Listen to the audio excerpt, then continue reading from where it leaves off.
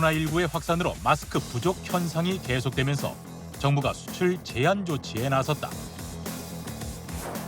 마스크의 수출도 원칙적으로 금지하겠습니다. 국내 수급 안정을 위해 해외 수출 물량 제한에 나선 것.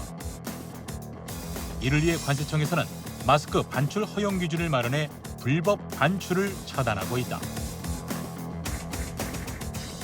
최근에 이런 마스크 대란처럼 국민들의 삶과 가까운 곳에서 활발히 움직이는 관세 행정. 국민의 안전을 지키기 위해 공항, 항만 등에서 마약, 총기류 등 위험 물질의 반입을 막는 것은 물론 각종 수출입 물품 검사부터 해외 여행자 관리까지 경제 국경의 최일선에서 위험을 차단하는 역할을 하고 있다. 또한 시시각각 변하는 수출 시장에서 우리 기업이 무역 경쟁력을 키우고 수출하기 좋은 환경을 만들 수 있도록 지원도 이어나가고 개도국의 통관 환경 개선 지원 등 상생을 통해 우리 기업의 해외 진출도 돕고 있다. 또 넓은 범위에서 국민의 삶을 돕고 있는 관세 행정. 변화하는 환경에 맞춰 안전하고 편리한 관세 행정을 만들기 위해 필요한 것은 무엇인지 노석환 관세청장을 통해 들어본다.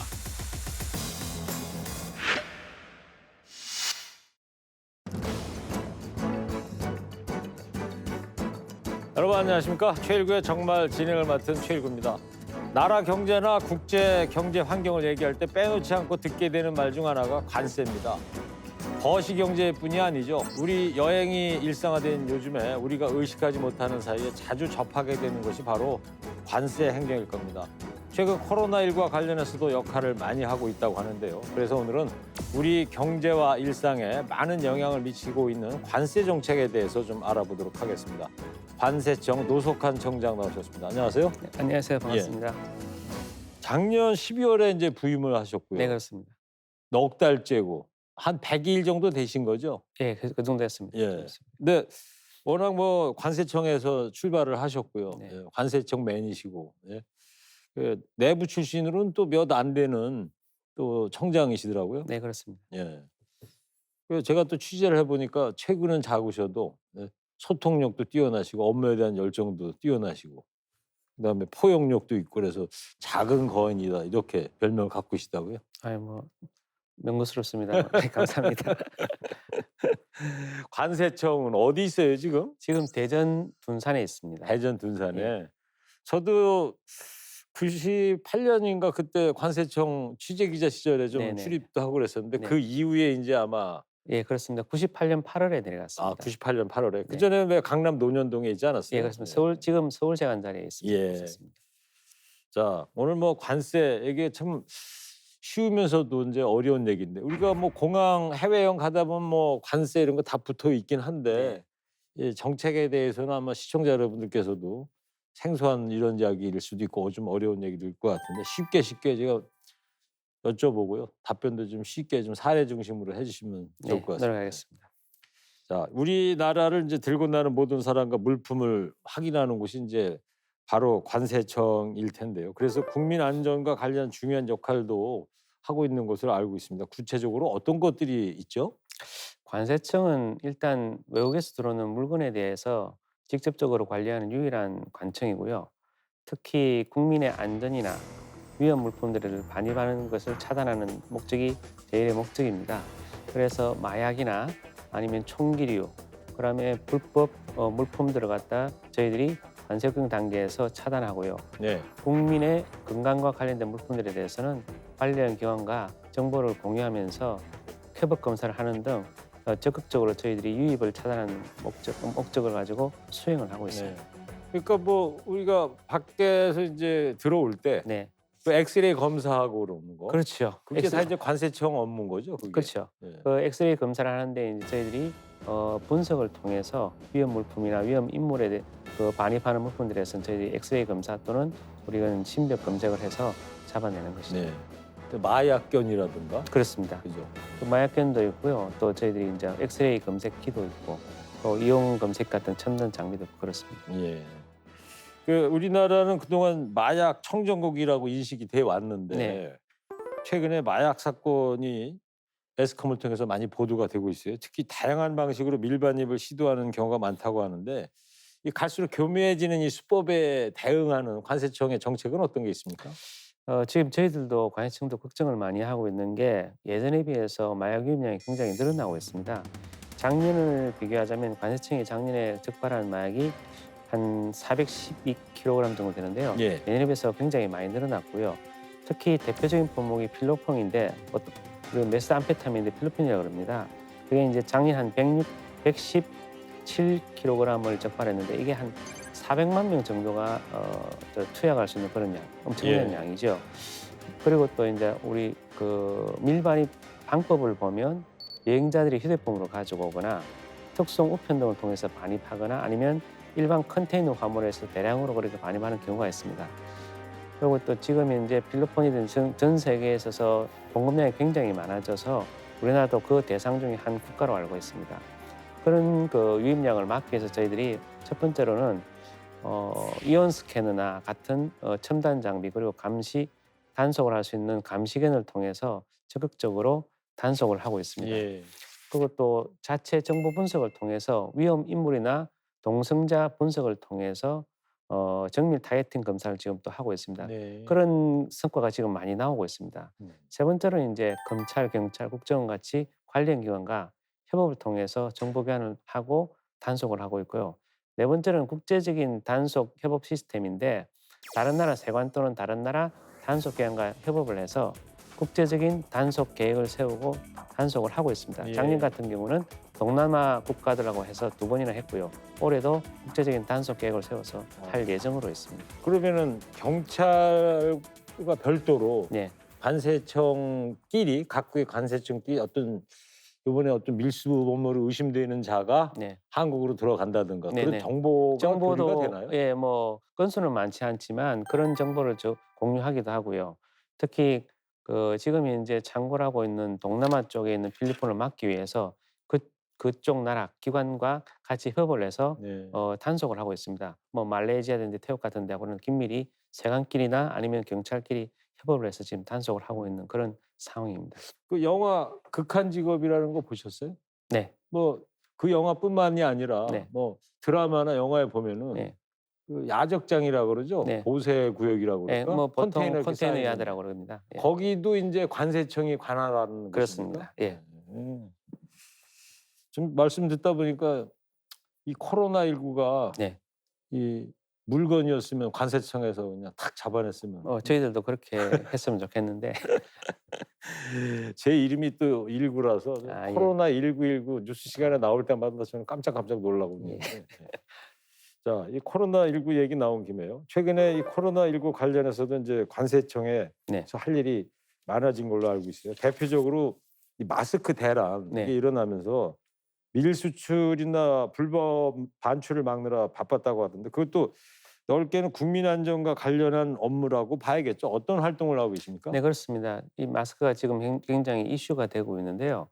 마스크가 우리나라에서도 많이 만듭니다만 코로나 사태 이후에 중국에서 수요가 많아서 아마 중국으로 많이 넘어간 것으로 지금 예측이 되고 있고 계속 그렇게 되고 있고 정상 수출될 수 있도록 조치를 취한 바 있습니다. 네. 예를 들면 300개 이하의 것의 경우에는 반출을 허용하되 예. 300개 이상에 대해서는 간이 통관 또는 일반 수출을 통해서 반출되도록 했고 그 단계에서 저희들이 생산에 관련된 증명서라든지 매입 증명서 같은 걸 요구해서 검사를 철저히 해서 불법 또는 부당한 수출이 되지 않도록 하고는 있습니다. 예. 다만 그 부분에 있어서 열심히 해서 지금 실적에 보면은 138건 한 83만 개 정도의 그 불법 반출 마스크를 저희들이 단속을 했습니다. 예. 그런데 다만 이 부분에 있어서 문제가 되는 게 뭐냐면 그렇다고 하더라도 정상 수출의 경우에 저희들이 법적으로 막을 수가 없기 때문에 수출을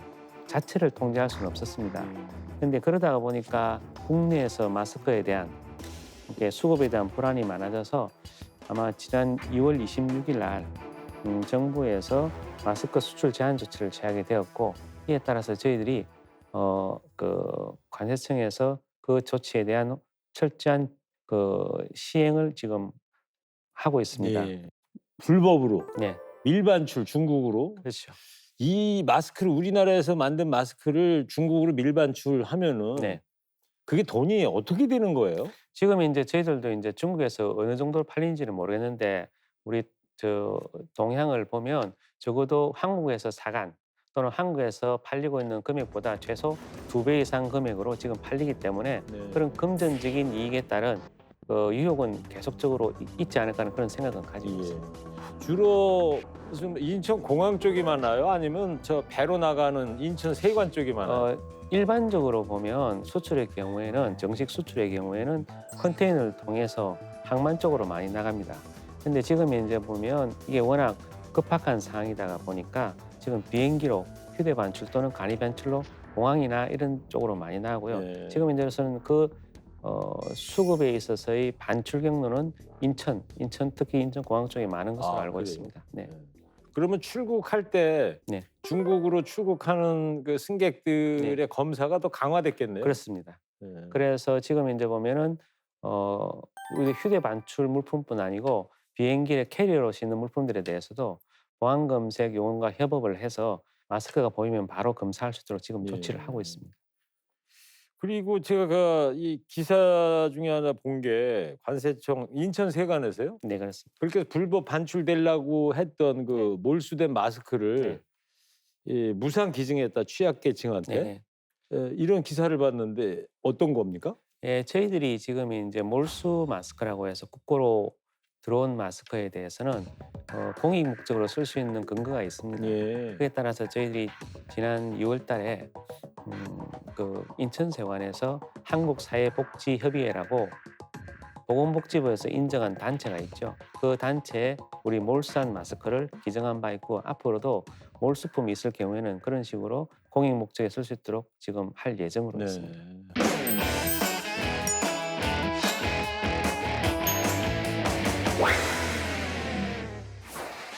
코로나19의 영향으로 경제 활동이 위축되고 있다.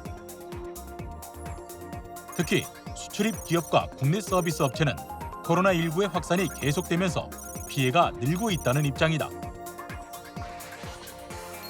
기술 중심의 벤처 기업도 어려움을 호소하기는 마찬가지.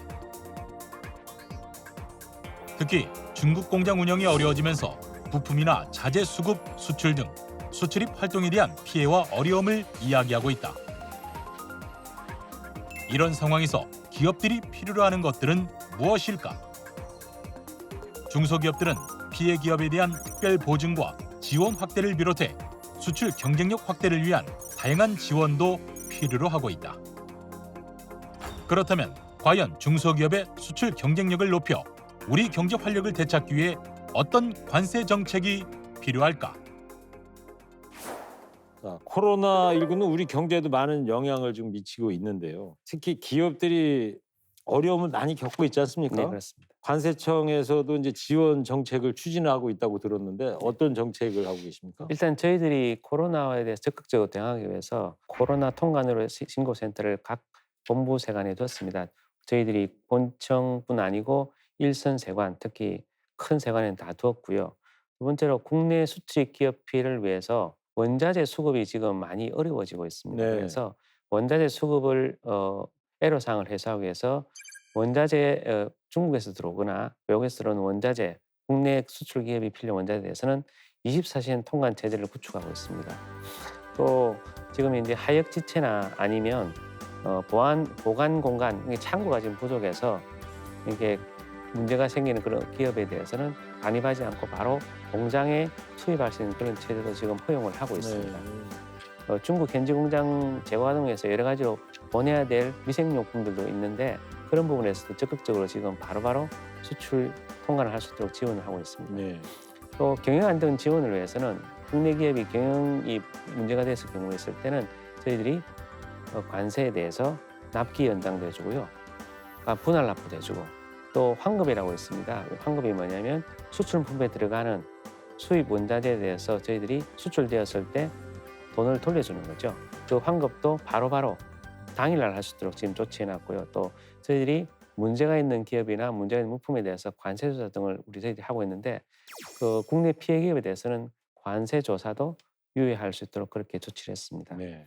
또 저희들이 중국 세관 당국, 세관 총서라고 하죠. 우리가 치면 관세청인데요. 총서장에도 제가 편지를 해서 협력을 해서 지금 어려워지고 있는 기업들에 대해서는 각 양국이 서로 애로를 갖다 적극적으로 시정해 주자는 그런 뭐라고 합니까? 편지도 보냈고요. 네. 또 지금 문제가 되고 있는 물품이나 그런 부분에 대해서 애로가 생겼을 때는 중국 현지에 나가 있는 관세관 또 그 통관의료 회계팀을 통해서 지금 적극적으로 대응해서 많은 성과를 내고 있습니다. 예.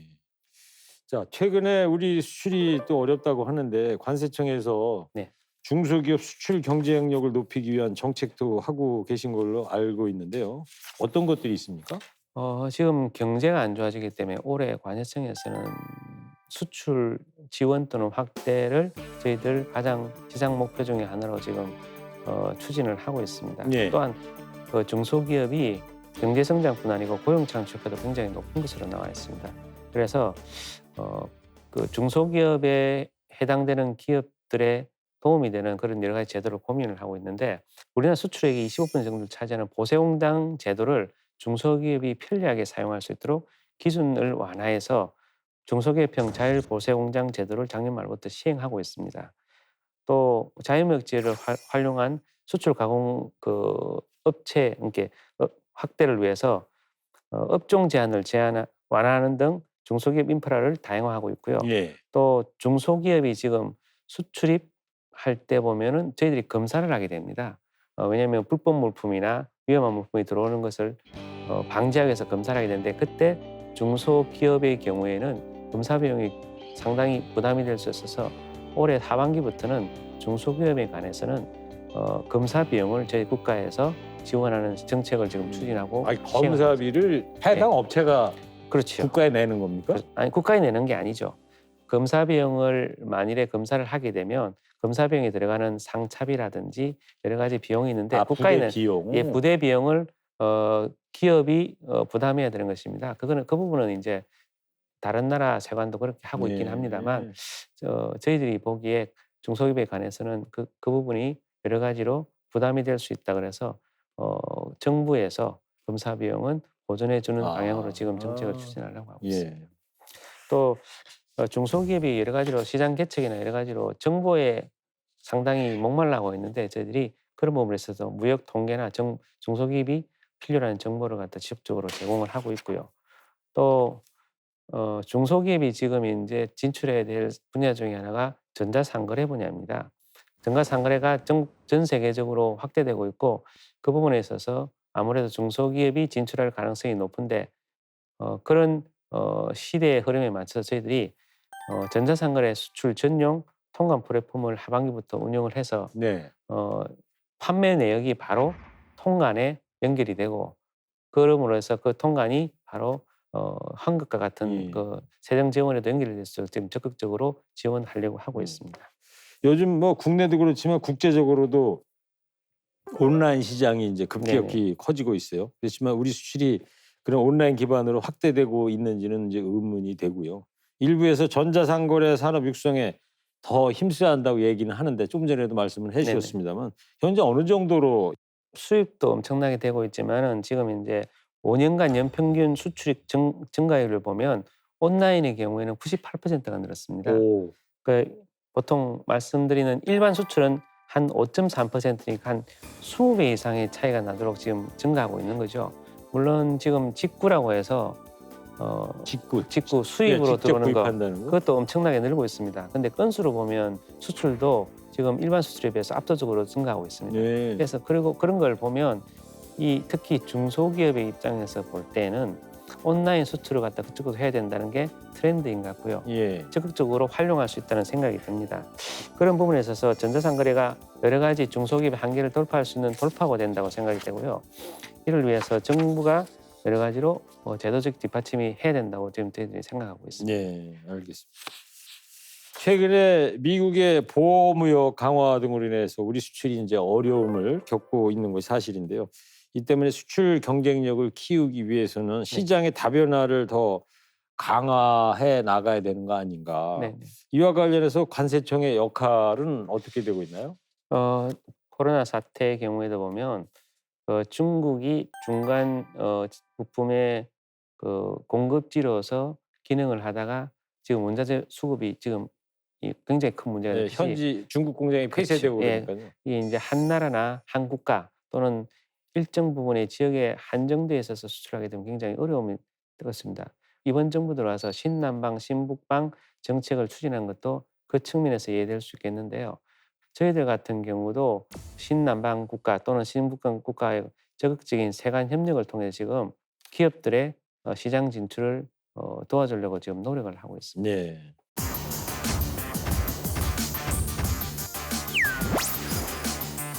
원산지 증명서를 지금 전부 서류로 내고 있습니다. 서류를 떼는 데 있어서 여러 가지로 행정적 비용이 드는데 그걸 전자적으로 교환을 하게 되면 그런 비용들이 줄어들고 진위 여부도 문제가 없었기 때문에 기업의 그런 비용을 절감하는 데 큰 도움이 될 예. 것입니다. 순회 관세 확인관을 두어서 기업들의 애로사항을 갖다 적극적으로 청취하고 해소할 수 있도록 노력을 하고 있습니다. 알겠습니다. 관세는 결국 이제 다른 나라 외국과의 이제 관계 아니겠습니까? 그래서 이제 국제 협력이 중요할 것 같은데 조금 전에 얘기하신 그 신남방 정책이나 신북방 정책 관련한 외교적 활동은 어떻게 하고 계세요? 앵커님께서 말씀하신 대로 신남방 신북 국가가 경제적 잠재력이 큰 시장이기 때문에 우리 기업의 진출이 활발해질 것으로 예상이 되고요. 관세청도 이를 위해서 AO 상호 인증 같은 경우 AO 상호 인증이 뭐냐면 AOMRA라고 그러는데요. 예. AO는 쉽게 보시면 성실 우수 기업입니다. 성실 우수 기업을 관세청이 인정을 하고 그 기업에 대해서 각국이 서로 인정해 준다는 거죠. 그 성실 기업에 대해서는 AO 기업에 대해서는 통관 시간 단축, 검사 비율 축소 같은 그 세관의 지원을 갖다가 적극적으로 지원해서 그러니까 인증 마크 같은 걸 부여해 그렇습니다. 주는 거군요. 그러니까 그렇게 이 되면 기업은 성실하니까 성실하니까 꼼꼼하게 뭐 꼼꼼하게 들여다볼 거 없다. 들여다볼 것이 바로 해도 되지 않겠냐. 그 부분에서는 우리나라하고 기업, 예를 들면 중국하고 지금 하고 있는데 되면 그쪽에서 간 그 AO 기업의 물품에 대해서는 상대적으로 완화된 기준을 적용하게 되고요. 네. 그게 그 기업의 경쟁력에도 큰 도움이 될 것으로 생각합니다. 각국의 세관들이 다 그런 협약을 맺고 있다. 그렇죠. 지금 이제 협약을 맺고 있는데 그 MRA 상호 인증 약정이라는 거죠. 저희들이 22개 나라하고 하고 있습니다. 전 세계에서 가장 많이 하고 있고요. 그런 부분에 있어서 기업의 경쟁력이 저희들이 간접적으로 도움이 된다고 생각합니다. 또 예. 기업의 그 경쟁력 지원을 위해서 원산지 증명서를 전자적으로 교환하는 그런 시스템을 지금 만들어서 몇 개 국가하고 지금 하고 있고요. 예. 특히 중국하고는 교환을 해서 그렇게 되면 기업의 좋은 점이 뭐냐면 원산지 증명서를 지금 전부 서류로 내고 있습니다. 서류로 내면 이게 진위 여부도 문제가 될 것이고요. 또 서류를 떼는 데 있어서 여러 가지로 행정적 비용이 드는데 그걸 전자적으로 교환을 하게 되면 그런 비용들이 줄어들고 진위 여부도 문제가 없었기 때문에 기업의 그런 비용을 절감하는 데 큰 도움이 될 것으로 예. 생각합니다. 알겠습니다. 요즘 아세안 국가 같은 뭐 개발도상국에서 우리 네. 정부의 시스템이나 정책을 롤 모델로 삼고 싶어하는 경우가 많다고 들었는데 네. 예, 우호적인 환경 마련에 좋은 기회가 될 것 같아요. 예, 그렇습니다. 이와 관련한 활동이 있다면요, 사례로 좀 설명을 해주시면요. 저희들도 옛날에 세관을 현대화할 때는 선진국의 벤치마킹을 많이 했습니다만 어느 정도 지금 저희들이 자신 있게 말할 수 있는 게 롤 모델을 할 수 있는 그런 환경이라고 보여지고요. 특히 개도국, 동남아, 남미, 아프리카 같은 개도국에서는 저희들 그 시스템을 적극적으로 벤치마킹을 하고 있습니다. 그래서 저희들은 개도국 대상으로 해서 관세 행정을 업무를 재설계해 준다거나 국제기구와의 협력 사업을 같이 한다거나 세관 직원을 초청해서 연수를 통해서 저희들이 제도를 설명을 해주고 네. 그걸 갖다가 벤치마킹 할 수 있도록 도와주고 있습니다. 예를 들어서 관세 행정 업무 재설계를 예를 든다면 개도국의 시스템 프로세스를 저희들이 가서 진단해주고 자문을 해주고요. 아울러 저희들이 가지고 있는 유니피스라고 하는 전자통관 시스템, 그 시스템을 수출할 수 있는 기반까지 마련해 줍니다. 네. 사례를 말씀해 주셨는데 지금 저희들이 05년부터 현재 한 15년 정도까지 14개국 개도국에 대상으로 해서 한 4억 달러 이상의 시스템을 수출했습니다. 물론 저희들 시스템을 그대로 수출한 것은 아니지만 그 ODA 자금 등을 통해서 그 자금을 지원을 또 해주고요. 우리 기업이 나가서 그 나라에 맞는 시스템을 우리 시스템의 벤치마킹에서 만들어줘서 관세 행정의 효율을 굉장히 높였죠. 예를 들면 그것을 도입한 나라를 예를 든다면 탄자니아 같은 경우는 도입을 해서 이렇게 세수라 그러죠. 우리가 지금 관세 수입인데 세수가 연평균 한 29% 정도 증가했습니다. 오. 이게 중간에 빠져나간 게 많았다는 소리죠.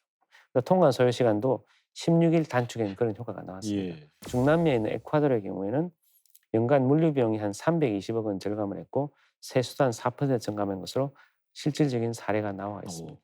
관세청 하면은 세관에서 이 관세 부과하고 보통 이런 일만 하시는 줄 알았더니 네. 그런 외교적인 일도 많이 하시는군요. 그렇죠. 요즘 저 관세 전쟁이라는 말도 많이 듣잖아요. 네, 그렇습니다. 그만큼 이제 통상에 있어서 관세 정책이나 외교가 이제 중요하다는 의미일 것 같은데 앞서 말씀하신 것 외에 이 통상 리스크를 줄이기 위한 국제적 노력은 어떤 것들이 있을까요? 관세 장벽도 있고 비관세 장벽도 있습니다. 관세 장벽 같은 경우는 그 관세율을 조정을 해서 장벽을 세우는 건데요. 그 부분에 있어서는 뭐 정책이 결정되면 추진하면 되는 거죠. 주로 비관세 장벽을 극복해서 많은 노력을 해야 되는데 일단 FTA 활용을 보편화해서 FTA를 통해서 FTA를 활용을 적용을 받는다 그러면 관세율을 또 전부 다 저율을 받기 때문에 경쟁이 강화될 것이기 예. 때문에 그런 부분에 있어서 외국과의 협상 시 불분명한 조항에 대한 공통적인 해석 기준을 마련하거나 통관율에 대한 세관 협력을 통해서 극복을 할 필요가 있다고 생각됩니다. 그 신흥시장이나 통관 분쟁 빈법을 발생을 대상으로 해서는 관세청장 회의 등을 통해서 최고위급 관세협력 네트워크를 마련해서 노력을 하고 있습니다. 네. 최근에 보면은 몽골, 인도네시아와 2년 연속 관세청장 회의를 개최하고 말씀드린 AOMR을 체결해서 기업의 진출을 갖다 적극적으로 지원하고 있고요. 또 네. WCO 같은 관세 국제기구에서 여론 주도 역할을 수행함으로 해서 통상 불확실성을 줄이기 위한 노력을 하고 있습니다. 예를 들면 지난해 관세청은 세계 관세기구 WCO에서 하고 있는 품목분리위원회에서 우리나라의 수출 전략 종목인 디스플레이 모듈에 대해서 우리나라에 유리하게끔 노력을 해서 이제 그렇게 정했습니다. 그럼으로써 그 디스플레이 모듈을 수출하는 데서 우리 기업들이 많은 도움이 되었다고 생각하고요. 네. 현지 기동팀이라고 해서 저희들이 문제가 생기는 그런 애로 사항이 있는 국가에 대해서는 우리가 직접 찾아가서 해결하기도 하고 예. 또 순회 관세관이라고 해서 관세관이 없는 나라에 대해서는 저희들이 단기적으로나마 작년에 한 2군데 갔습니다. 미얀마를 갔는데 예. 순회 관세 파견관을 두어서 기업들의 애로사항을 갖다 적극적으로 청취하고 해소할 수 있도록 노력을 하고 있습니다. 알겠습니다.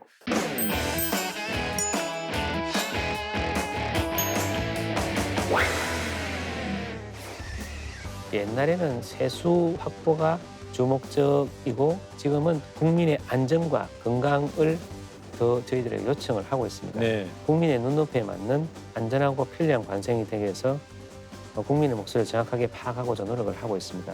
코로나19로 인한 안전과 경제에 대한 국민의 우려를 최소화할 수 있도록 관세청 직원 모두가 합심해서 모든 수단을 강구해서 최소화하는 데 노력을 다하겠습니다. 자, 이 국제 협력 강화 등 뭐 다양한 방안을 통해서 기업이나 시장을 지원하는 역할도 중요하지만요. 네. 관세가 결국 이제 우리 세수 아니겠습니까?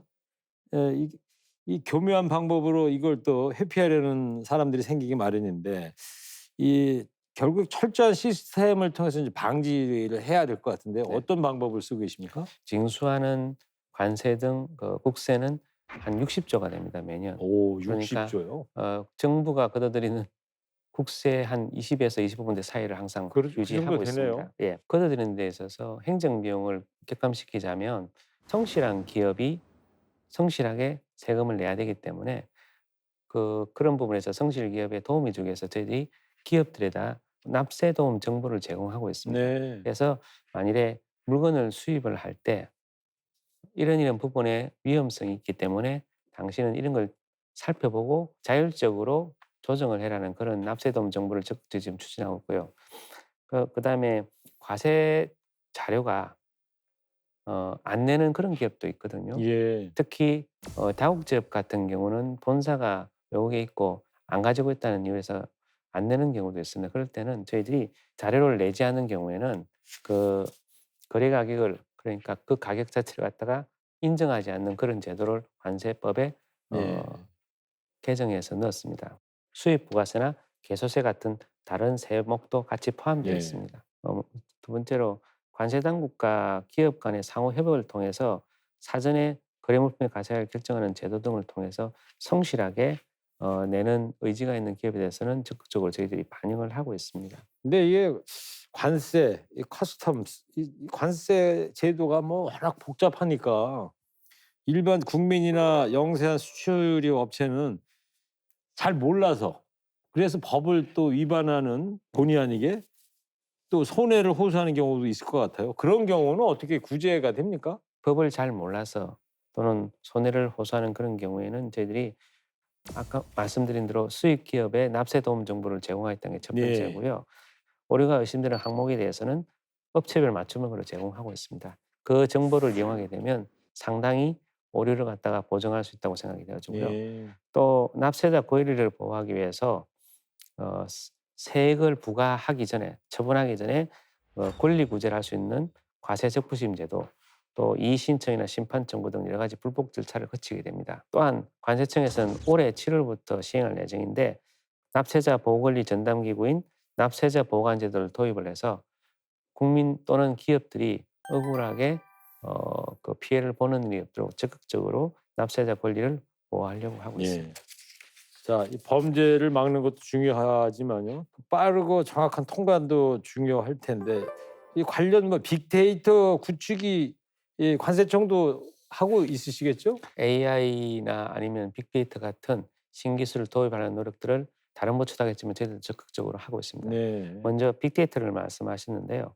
저희들이 지금 개청 50주년을 마련해서 스마트 커스텀들을 구현할 목표로 해서 관세행정 전 영역에서 빅데이터, AI 같은 신기술을 도입하려고 하고 있습니다.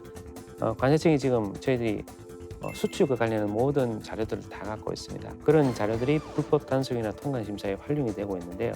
이 엄청나게 한 해도 몇 천만 건의 그 데이터가 들어오기 때문에 그 데이터를 적극적으로 활용하기 위해서는 빅데이터 기술을 적극적으로 반영할 수밖에 없는 그런 현실이고요.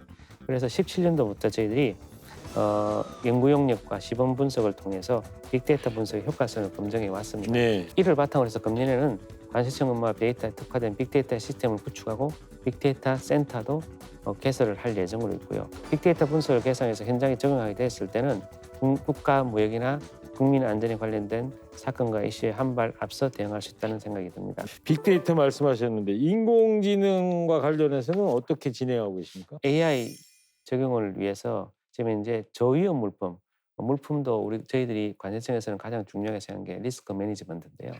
저위험 물품에 대해서는 따로 걸러내서 검사를 갖다 생략할 수 있도록 하는 그런 AI 제도를 통과한 제도를 지금 확대해서 운영하고 있고요. 네. 또한 그런 AI는 수출 통관이나 아니면 FTA 원산 심사 분야까지 단계적으로 확대할 예정으로 있습니다. 또한 외환 거래에 있어서 위험 거래 징후를 조기에 탐지할 수 있는 AI 기반 무역 금융 모니터링 시스템도 본격 운영할 예정으로 있습니다. 마지막으로 지금 이제 폭발적으로 증가하는 특성 화물 검사를 필두로 해서 AI 기반의 엑스레이 검색 시스템을 본격 활용할 예정으로 있는데 네. AI 기반의 엑스레이 검색 시스템은 판독 자료, 사진이죠. 그걸 AI가 학습을 해서 그 유사한 물품이 들어왔을 때는 바로바로 찾아낼 수 있도록 하는 그런 시스템으로 지금 구현하려고 하고 예. 있습니다. 알고 보면 뭐 나라 경제나 국민 일상과 참 밀접한 것이 이제 관세 정책인 것 같고요. 앞으로 더 발전한 관세 정책을 위해서 어떤 노력을 해 나갈 것인지 마무리 말씀 부탁드릴게요. 저희들이 개청 50주년이 됐습니다. 50년 동안 아마 우리나라의 교역량도 엄청나게 커졌고요. 또 생활 수준도 많이 높아져서 그때 당시에 비해서는 엄청난 관세 환경의 변화도 있었습니다. 그동안 관세청에서 세관에서 국가 경제 발전에 많은 기여를 했다고 저희들은 생각합니다. 최근에는 직구와 해외여행의 일상화, 코로나19 등으로 인해 관세 행정에 대한 국민의 요청이 다양해지고 있습니다. 관세 행정의 트렌드를 보면은 옛날에는 세수 확보가 주목적이고 지금은 어떻게 보면은 국민의 안전과 건강을 더 저희들에게 요청을 하고 있습니다. 네. 그런 부분에 있어서 국민의 눈높이에 맞는 안전하고 편리한 관세청이 되기 위해서 국민의 목소리를 정확하게 파악하고자 노력을 하고 있습니다. 또 이를 기반으로 해서 관세청이 저희들이 잘할 수 있는 분야를 집중을 해서 의미 있고 확실한 변화를 보여드리고자 합니다. 당장은 코로나19로 인한 안전과 경제에 대한 국민의 우려를 최소화할 수 있도록 관세청 직원 모두가 합심해서 모든 수단을 강구해서 최소화하는 데 노력을 다하겠습니다. 네, 알겠습니다. 지금까지 28년 네. 관세청 맨이시고요. 네. 작은 거인이십니다. 관세청에 노석한 청장과 이야기 나눠봤습니다. 오늘 나와주셔서 감사합니다. 네, 감사합니다. 코로나19의 확산으로 국민 안전은 물론이고요. 경제에까지 어려움이 아주 많은 시기입니다. 관세청을 비롯한 정부 전 부처가 함께 이를 극복하기 위해 나서고 있는데요. 오늘 살펴본 정책들이 촘촘하게 시행이 돼서 어려움을 겪고 있는 국민과 기업들에게 도움이 되기를 기대해 보겠습니다. 저는 다음 시간에 다시 찾아뵙겠습니다. 시청해 주신 여러분 감사합니다.